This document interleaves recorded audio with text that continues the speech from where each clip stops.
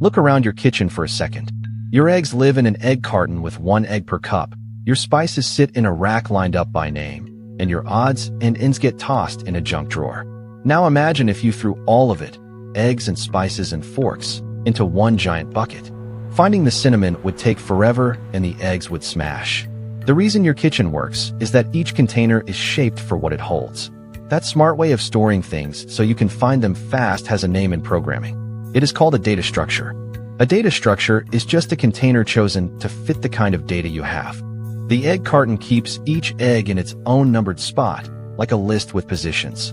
The spice rack lines things up so you scan them in order, like a row of items. Different shapes make different jobs easy, finding, adding, or removing. Picking the right container is what makes your program fast, just like your kitchen. A list is like an egg carton. Items sit in numbered slots in order. We grab the egg in slot 0 instantly by its position. A dictionary is like a spice rack. Each thing has a clear label.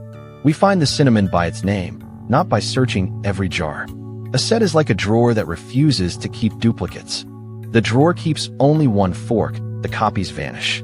A data structure is simply a container shaped to store data so you can find it fast. Restate it, the right shape makes the right job easy.